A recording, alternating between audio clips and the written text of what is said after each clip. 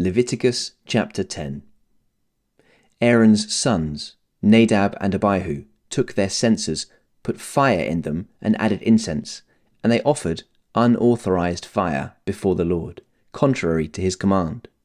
So fire came out from the presence of the Lord and consumed them, and they died before the Lord. Moses then said to Aaron, "This is what the Lord spoke of when he said, 'Among those who approach me, I will be proved holy. In the sight of all the people, I will be honored.'" Aaron remained silent. Moses summoned Mishael and Elzaphan, sons of Aaron's uncle Uzziel, and said to them, "Come here, carry your cousins outside the camp, away from the front of the sanctuary." So they came and carried them, still in their tunics, outside the camp, as Moses ordered.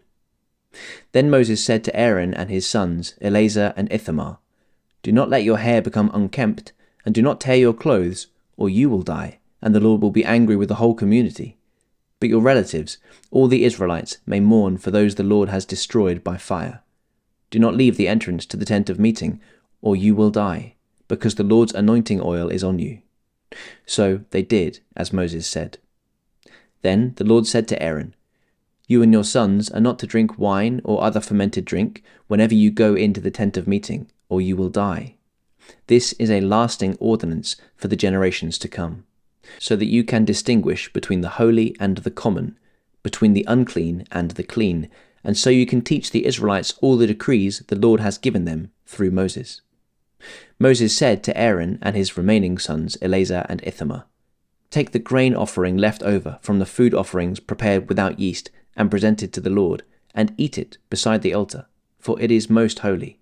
Eat it in the sanctuary area, because it is your share and your son's share of the food offerings presented to the Lord, for so I have been commanded. But you and your sons and your daughters may eat the breast that was waved and the thigh that was presented.